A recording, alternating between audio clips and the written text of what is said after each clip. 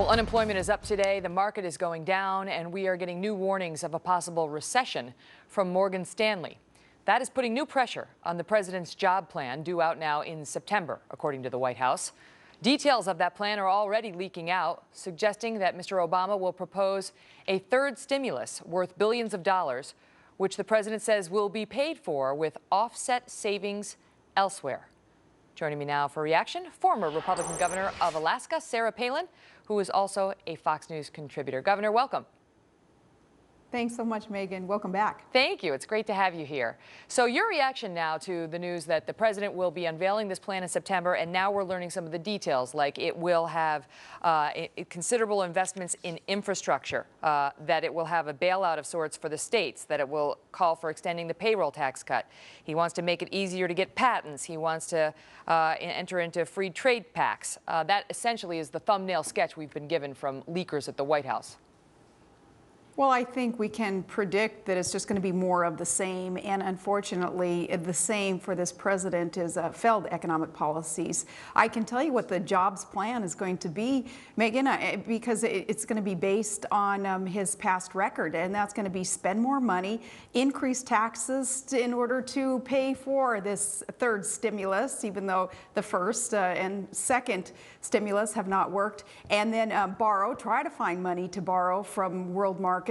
Those who are still willing to loan to us, and then spend even more money, and it's going to be a repeated cycle. Unfortunately, that is so counterproductive to debt and deficit reduction, which is the root cause of our economic woes, of course, is the debt that we're under in this country. Many economists are saying that we do need to spend more. There's been this divide among economists, it seems. Some say spend more, some say don't, but many do say we need to spend more. We need to push off the cuts to our entitlement programs and so on until we get ourselves out of this economic mess. And the president seems to be of that mindset.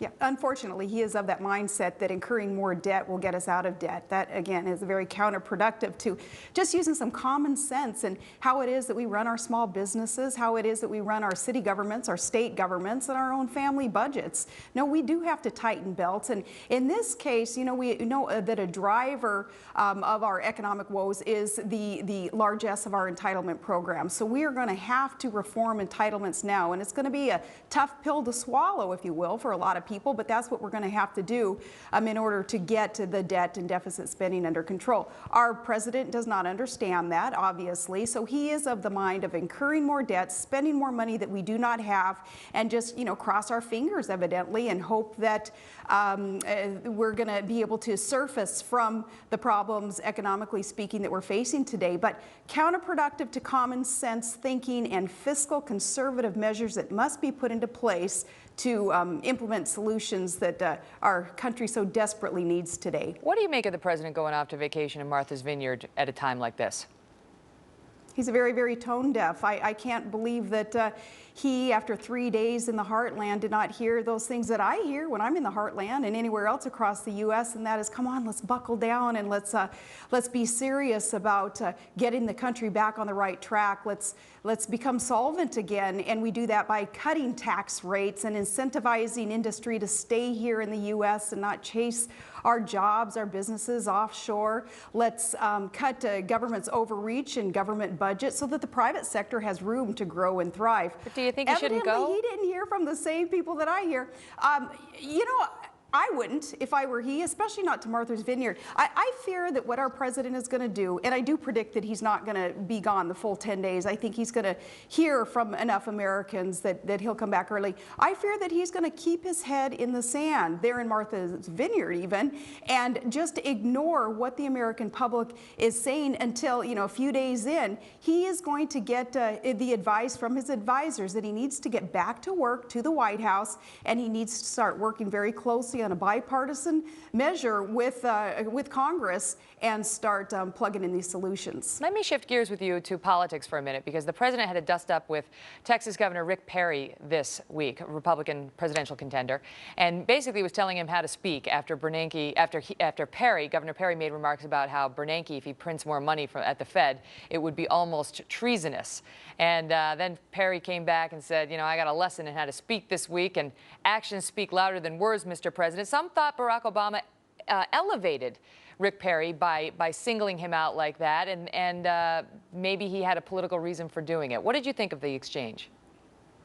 Well, sure. More power to Rick Perry for calling it like he saw it. And then the president, in his typical reactionary way, did elevate Rick Perry and what it is that he had to say. And what Rick Perry had to say is what I wrote about 10 months ago about quantitative easing and how monetizing our debt and printing more money in order to essentially devalue our dollar and devalue the problem that we're facing today with a debt that's being incurred. What Rick Perry was talking about is what many of us have been talking about for many, many months, and that is the danger of now a QE3 program being put into place. And, you know, he used some kind of that rascal type of rhetoric that he uses there in Texas, and evidently the president took some issue to that. But it's evidence too, though, of our president's arrogance, unfortunately, to tell a presidential candidate what to say, what not to say. You know, I just wish that President Obama would just stay focused on what really matters. You know, just do what makes sense to get the economy back on the right track. Start looking towards some energy independence measures that many of us have been preaching about for so long now. Start allowing job creation through energy independence and real stimulus programs like allowing drilling here, drilling now. It doesn't cost the government anything. Stay focused and quit picking on other people like Rick Perry, who is just going to continue to call it like he sees it. Governor, we have got plenty more to ask you about. We're going to do it on the opposite side of this break. Thank you so much. We'll be right back with Governor Sarah Palin. And we're also going to ask her about this. GOP contender Michelle Bachmann has seen some rough treatment from the media over the last few weeks. Governor Palin knows a thing or two about that, and I'll ask her what she thinks right after this break. The hottest political controversies in recent weeks has concerned Michelle Bachmann and a Newsweek cover that showed her in what many called an unflattering light. The cover story was titled Michelle Bachmann, Queen of Rage. A lot of people have said this is similar to what Governor Palin saw during her White House run back in 2008. Let's bring back former Republican governor of Alaska and Fox News contributor Sarah Palin. Governor, you know, the portrayal of Michelle Bachmann on that cover was so controversial that even the National Organization of Women, that doesn't normally come out and defend conservatives, came out and said that was sexist. What did you make of it? Well, I'm glad that now finally did speak up on behalf of a female candidate. You know, I don't think that they ever saw fit to defend any of my positions or any of the attacks that I undertook. So I've dismissed National Organization of Women as being a group that will only support those who share their political beliefs. But anyway, so I was glad to see that they came out, though, and said that it wasn't a fair cover of Michelle Bachmann. You know, bottom line, every candidate is going to be vetted, I think now more so than ever, because we learned a lesson with electing a president who was not vetted by the mainstream media. And, you know, basically we're asking now, what did we get out of that? We got an inexperienced president who had made a lot of promises, a lot of glittery generalities that he promised in some new utopia that he was going to create for the country, and now look at where we are. So I think there's going to be a lot of vetting, and some will interpret that because a female candidate will be vetted the same as a man, or even more so as being sexist. I don't know if I'd characterize it as sexist. I would just characterize it as being the new normal. In a way, it's quite healthy, though. Again, learning a lesson from electing Barack Obama, who was not prepared to be our president. We need someone with executive experience, someone who has gone through the fire, someone who the American public knows their background. They know their associations, they know what has shaped them, and they know where that person is coming from in order to apply policies that affect our daily lives. You know, the person who runs Newsweek and the Daily Beast, Tina Brown, stood behind the cover of Michelle Bachmann. And that was sort of a woman behind a decision that, you know, arguably was sexist towards another woman. Another very well-known woman, Gloria Steinem, who is a leader of the feminist movement, came out, Governor Palin, and spoke about you and Michelle Bachmann. And she said that the two of you are opposed to the women's movement, that you've sold out the women's movement, and that you are on her list of, and I quote, the women only a man could love. What do you make of that? I think Gloria Steinem evidently has had her day and her rhetoric.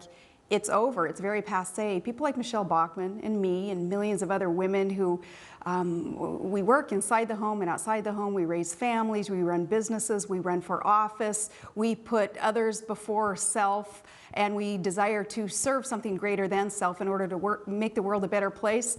Megyn, and you do the same thing.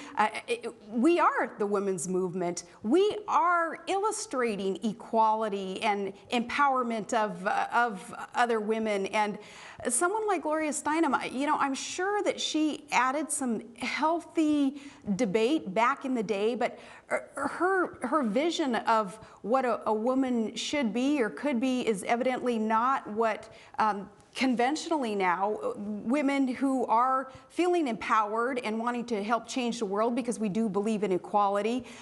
She does not share our views of women being able to do much more than she gives us credit for. And speaking of women who want to change the world, do you remain one of them? There's been so much speculation about whether you're going to get into this race, that you've been the stalking horse, and so many people would love to see you enter. Governor Palin is saying that your schedule, Karl Rove was saying your schedule coming up in the fall suggests that of a would-be presidential candidate. Are you still considering it? I am still considering it, and I do want to help change the world for the better, again, along with millions of other conscientious Americans who know that America deserves better than what we're getting out of that political bubble in Washington, D.C. What would make you get in at this point? Still listening to the debate and the discourse in the GOP lineup right now, and still looking for that candidate whom I can put my heart and soul behind to support. If I don't see that person here in short order, I would be willing to put my name forward in the name of service. Have you not found him or her yet? I'm impressed with the lineup. No, I'm impressed with the lineup, but there still is quite a long process. There's going to be a lot of comings and goings with this lineup. And, I know that because I've spoken with them, I know that I am not the only potential candidate still on the sidelines waiting to see how things are going to unfold. Are you going to tell us who you're referring to? Could it be Governor Chris Christie of New Jersey or Paul Ryan of Wisconsin? There's a bunch of them. There are a bunch of them who are doing the same thing that I am doing, and that is considering, the life-changing impact on family decisions that have to be made before jumping in. Yeah. Well, it would certainly make things interesting. So, in any event, Governor Palin, thank you so much for your time. We appreciate you being here. Thank you. Welcome back. Thank you. All the best.